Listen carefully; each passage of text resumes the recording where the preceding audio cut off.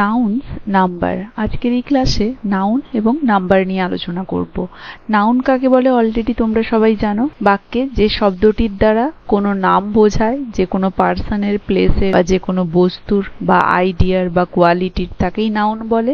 It serves as the subject or object in a sentence and can be singular or plural.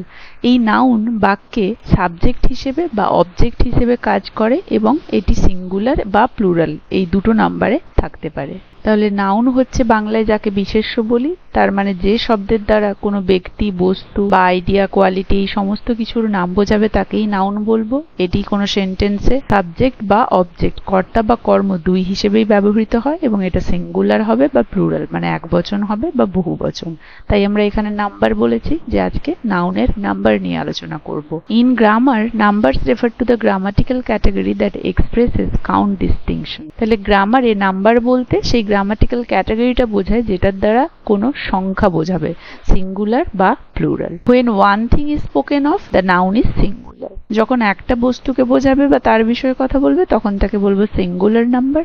But when more than one thing is spoken of, কিন্তু যখন একের বেশি নিয়ে কথা হবে তখন তাকে বলবো প্লুরাল। তাহলে কোনো সেন্টেন্সে নাউন যদি একটি হয় তাহলে তাকে বলবো সিঙ্গুলার এবং একের বেশি হলে তাকে বলবো প্লুরাল। আশা করি এই জিনিসটা সবারই ক্লিয়ার আছে। এবারে দেখো, সিঙ্গুলার থেকে প্লুরালে চেঞ্জ করার সময় বিশেষ কিছু রুলস আছে। সেগুলো কি কি? Rules for forming plurals. Regular plurals, most English nouns form their plural by adding s. Regular প্লুরালে কি হয়, বেশিরভাগ নাউনই তার শেষে s যোগ করে প্লুরাল হয়ে যায়। যেমন book, books, dog, dogs, city, cities. বেশিরভাগ ক্ষেত্রেই দেখবো আমরা নাউনের শেষে s অ্যাড করে আমরা সেটাকে প্লুরাল বা বহুবচন বানাচ্ছি। কিন্তু অনেক ক্ষেত্রে দেখা যায় নাউন শুধুমাত্র এস নিয়ে প্লুরাল হচ্ছে না, আরো কিছু ডিফারেন্ট রুল আছে তার প্লুরাল হওয়ার। তাহলে বেশিরভাগ নাউনই সঙ্গে এস অ্যাড করে প্লুরাল হয়ে যায়, এগুলোর ক্ষেত্রে কোনো অসুবিধা হয় না। কিন্তু অনেক নাউন শুধুমাত্র এস অ্যাড করে প্লুরাল হয় না, সেগুলোর ক্ষেত্রে ডিফারেন্ট রুলস আছে সিঙ্গুলার থেকে প্লুরালে চেঞ্জ করার। যেমন ধরো, nouns ending in S, SS, x, Z, SH or CH, যে সমস্ত নাউন বা যে সমস্ত ওয়ার্ড এস দিয়ে শেষ হয় বা ডাবল এস দিয়ে বা এক্স দিয়ে বা জেড দিয়ে বা SH দিয়ে বা CH দিয়ে, তারা কিন্তু এস অ্যাড করে না তাদের শেষে। তাদের শেষে ইএস অ্যাড করে তারা প্লুরাল হয়। যেমন দেখো, বাস কি দিয়ে শেষ হয়েছে? এস দিয়ে, তাহলে বাসেস ইএস হয়ে যাচ্ছে। বক্স এক্স দিয়ে বক্সেস। উইশ SH দিয়ে শেষ হয়েছে, অতএব ইএস নিয়ে নিচ্ছে। মিলল রুলের সাথে। So noun ending in S, SS, SH, CH, X, Z takes ES always to make their plural form. বোঝা গেছে? নেক্সট আসছে noun ending in a consonant or Q plus Y, change Y to IES। তাহলে যে সমস্ত noun Y দিয়ে শেষ হবে এবং সেই ওয়াই এর আগে কনসোনেন্ট থাকবে বা কিউ থাকবে, তাদের শেষে কি হবে? ওয়াইটা আই হয়ে যাবে আর ইএস অ্যাড হবে। যেমন দেখো, পার্টি, পার্টিস, ওয়াই, তার আগে দেখো কনসোনেন্ট টি আছে, তাই ওয়াইটা আই আর ইএস অ্যাড হয়েছে। বেবি, বেবিজ হয়েছে, ওয়াইটা আই ইএস হয়েছে, তার কারণ তার আগে বি কনসোনেন্ট রয়েছে। সলিলকি, এই যে বলেছিলাম হয় কনসোনেন্ট বা কিউ থাকবে ওয়াই এর আগে, তাহলে ওয়াই এর আগে কিউ রয়েছে, তাই এটা IES হয়ে গেছে, ওয়াইটা আই হয়েছে, ইএস অ্যাড হয়ে গিয়েছে। বোঝা গেল? নেক্সট আসছে nouns ending in a vowel plus Y add S. তাহলে নাউন ওয়াই থাকলে কখন এস নিচ্ছে? যখন ওয়াই এর আগে কনসোনেন্ট না থেকে ভাওয়েল থাকবে। তাহলে দেখো কি, এটাও কিন্তু ওয়াই দিয়ে শেষ হচ্ছে কিন্তু তার আগে কনসোনেন্ট না হয়ে ভাওয়েল হয়েছে, অতএব সেটা শুধুমাত্র এস অ্যাড করলো প্লুরাল হওয়ার জন্য। বয়, বয়েজ। বোঝা গেল? ওয়াই এর আগে কনসোনেন্ট থাকলে ওয়াইটা আই হবে, ইএস হবে, কিন্তু ওয়াই এর আগে ভাওয়েল থাকলে কোনো চেঞ্জ হবে না, শুধু এস অ্যাড হয়ে প্লুরাল হবে। Next, nouns ending in F or FE, change F or FE to VES। যে সমস্ত নাউন এফ বা FE দিয়ে শেষ হচ্ছে, সেই এফ বা FEটা VES হয়ে যাচ্ছে, মানে এফটা ভি হয়ে যাবে, ইএস অ্যাড হয়ে যাচ্ছে। যেমন ওয়াইফ, দেখো FE দিয়ে শুরু হয়েছে, তাহলে FEটা VES হয়ে গেল, WIটা ঠিক ছিল। নাইফ, দেখো FE, KNI পর্যন্ত ঠিক আছে, FEটা VES। বোঝা গেছে? তাহলে এই এক্সাম্পলটা এখানে হবে না। এরপরে দেখো, nouns ending in IEF, double F, double OF, RF, double EF take only S। তাহলে দেখো এর আগে এফ আর এফই ছিল, এফ আর এফই থাকলে কি হবে, ভিইএস হয়ে যাবে। কিন্তু যখন IEF, double F, double O F, আর এফ আর ডাবল ই এফ দিয়ে শেষ হবে তখন কিন্তু ভিইএস হবে না, শুধুমাত্র এস হবে। যেমন দেখো চিফ, চিপস, দেখো ইএফ, আইইএফ দিয়ে শেষ হয়েছে। পাফ, ডাবল এফ দিয়ে শেষ হয়েছে। রুফ, ডাবল ও এফ দিয়ে শেষ হয়েছে, এই জন্য রুফটা এখানে ক্রস করেছিলাম। ড্রফ, আর এফ দিয়ে শেষ হয়েছে। রিফ, ডাবল ই এফ দিয়ে শেষ হয়েছে। এখানে দেখো এই দুটো আলাদা আলাদা হবে, একসাথে হয়ে গিয়েছে।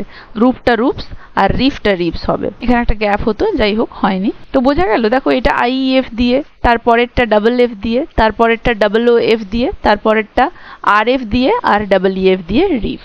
প্রত্যেকটা দেখো শেষে শুধুমাত্র এস নিয়েছে, ভিএস নেয়নি। তাহলে বোঝা গেল। নেক্সট আসছে noun ending in O. Noun যেগুলো ও দিয়ে শেষ হচ্ছে, এগুলোর ক্ষেত্রে দুটো রুল আছে। If preceded by a consonant add ES, যদি নাউনের শেষটা ও দিয়ে হয় এবং তার আগে কনসোনেন্ট থাকে তখন ইএস হয়। দেখো টমেটো, টমেটো ও দিয়ে শেষ হচ্ছে কিন্তু ও এর আগে কি আছে, কনসোনেন্ট, অতএব নিয়ম অনুযায়ী ইএস হবে। দেখো টমেটোস। হিরো ও দিয়ে শেষ হচ্ছে কিন্তু তার আগে কনসোনেন্ট আছে, অতএব নিয়ম অনুযায়ী ইএস অ্যাড হবে, হিরোজ। কিন্তু preceded by a vowel add S, কিন্তু তার আগে ভাওয়েল থাকলে সেক্ষেত্রে আর ইএস না হয়ে শুধুমাত্র এস হবে। যেমন দেখো রেডিও, ও দিয়ে শেষ হচ্ছে, ও এর আগে কিন্তু ভাওয়েল আছে, তাই শুধুমাত্র রেডিওজ এস অ্যাড হয়েছে। পিয়ানোজেও তাই। বোঝা গেছে তাহলে। Next irregular plural. তাহলে এতক্ষণ আমরা রেগুলার প্লুরাল কিভাবে হয় সেটা জানলাম। এরবারে দেখবো irregular plural. Some nouns change completely or follow unique pattern. কিছু কিছু নাউন প্লুরাল হতে গেলে একটু আলাদা টাইপের প্যাটার্ন ফলো করে। যেমন ম্যান, মেন। দেখো এগুলোর প্লুরালে এস, ইএস, আইএস, ভিএস এগুলো কোনো কিছু হচ্ছে না, কিন্তু এগুলোর মাঝে স্পেলিং চেঞ্জ হয়ে যাচ্ছে। যেমন এম এ এন ছিল, এখানে এম ই এন হয়ে গেছে। Women, women. Child, children. Tooth, teeth. Foot, feet. Mouse, mice. Goose, geese. Person, people. তাহলে এক্ষেত্রে দেখতে পাচ্ছি কোনোটার মাঝের স্পেলিং চেঞ্জ হয়েছে, কোনোটা আবার অন্য ধরনের একটা ওয়ার্ড হয়ে গেছে। তো এরা একটা ইউনিক প্যাটার্ন ফলো করে প্লুরাল হচ্ছে, এগুলোকেই বলবো ইররেগুলার প্লুরাল। নেক্সট আসছে আনচেঞ্জড ইন প্লুরাল। কিছু কিছু নাউন সিঙ্গুলার ফর্মেও যা থাকে প্লুরাল ফর্মেও তাই থাকে, সেগুলোর আর আলাদা কোনো প্লুরাল ফর্ম হয় না, সেগুলোকেই বলবো আনচেঞ্জড ইন প্লুরাল। মানে ওয়ার্ডটা সেম থেকে যাবে, সিঙ্গুলারে যা ছিল প্লুরালেই থেকে যাবে। যেমন fish, fish. Sheep, deer, species, series. এগুলো সবগুলোই কিন্তু আনচেঞ্জড প্লুরাল, মানে প্লুরালে এদের আলাদা করে নতুন কোনো ফর্ম গঠন হয় না, so unchanged plural. Next foreign origin plural. Words borrowed from Latin or Greek often retain their original plural form. Latin ভাষা এবং গ্রিক ভাষা থেকে যে সমস্ত ওয়ার্ড নেওয়া হয়েছে তারা প্রায়শতই তাদের যে অরিজিনাল প্লুরাল ফর্মগুলো সেটাকেই ধরে রাখে, তাদেরকেই বলবো ফরেন অরিজিন প্লুরাল। যেমন cactus, cacti. Fungus, fungi. Criterion, criteria. Phenomenon, phenomena. Analysis, analysis. তাহলে তারা তাদের প্রকৃত যে প্লুরালগুলো থাকে সেগুলোই ধরে রাখে, সেগুলোকেই আমরা বলবো ফরেন প্লুরাল। কারণ ওই ওয়ার্ডগুলো ল্যাটিন এবং গ্রিক থেকে এসেছে, ইংলিশের ক্ষেত্রে সেগুলো ফরেন এবং তারা তাদের প্রকৃত অরিজিনাল যে প্লুরালগুলো সেগুলো ধারণ করে রেখেছে, অতএব ফরেন প্লুরাল। এরপরে আসছে compound noun. For compound noun the main noun typically changes to the plural form. Compound noun মানে দুটো নাউন একসাথে গঠিত হয়ে একটা নতুন মানে বা একটা নতুন নাম তৈরি করবে, সেটাকেই বলবো কম্পাউন্ড নাউন। এই কম্পাউন্ড নাউনের প্লুরাল করতে গেলে মেইন যে নাউনটা সেটার প্লুরাল ফর্ম হবে। যেমন mother in law, mother in laws হবে না, কিন্তু মাদার্স ইন ল হবে কথাটা। Passer by, passers by. Toothbrush, toothbrushes. তাহলে বোঝা গেল কম্পাউন্ড নাউনের ক্ষেত্রে মেইন নাউনটাকে চেঞ্জ করে দেব প্লুরালে, এইভাবে সেগুলোর প্লুরাল ফর্ম বানাবো। নেক্সট দেখো nouns that have no plural forms. এবারে কিছু কিছু নাউন আছে যেগুলোর কোনো প্লুরাল ফর্ম কখনো হয় না। যেমন alphabet, luggage, expenditure, information etcetera. এদের আলাদা করে কোনো প্লুরাল ফর্ম নেই। ঠিক একই রকম ভাবে কিছু কিছু নাউন আছে যাদের কোনো সিঙ্গুলার ফর্ম নেই, সবসময় এই প্লুরাল ফর্মটাই তাদের হয়। যেমন জিন্স, আর্মস, অ্যানালস এটসেট্রা। এই সমস্ত নাউনগুলোর কোনো সিঙ্গুলার ফর্ম হয় না। বোঝা গেছে তাহলে? তো আশা করি নাউন এবং নাম্বার, সিঙ্গুলার থেকে প্লুরাল নাম্বারে চেঞ্জের যে বিভিন্ন রুলস সবাইকেই ভালোভাবে বোঝাতে পেরেছি, আর কারো কোথাও অসুবিধে নেই। ক্লাসটা কার কেমন লাগলো জানা, ভালো লাগলে একটা লাইক আর শেয়ার করে দেবে। আর যারা যারা আমার চ্যানেলটা সাবস্ক্রাইব করোনি এখনো, কাইন্ডলি আমার চ্যানেলটা সাবস্ক্রাইব করে দেবে। দেখা হচ্ছে এর পরবর্তী ক্লাসে নতুন একটা টপিক নিয়ে।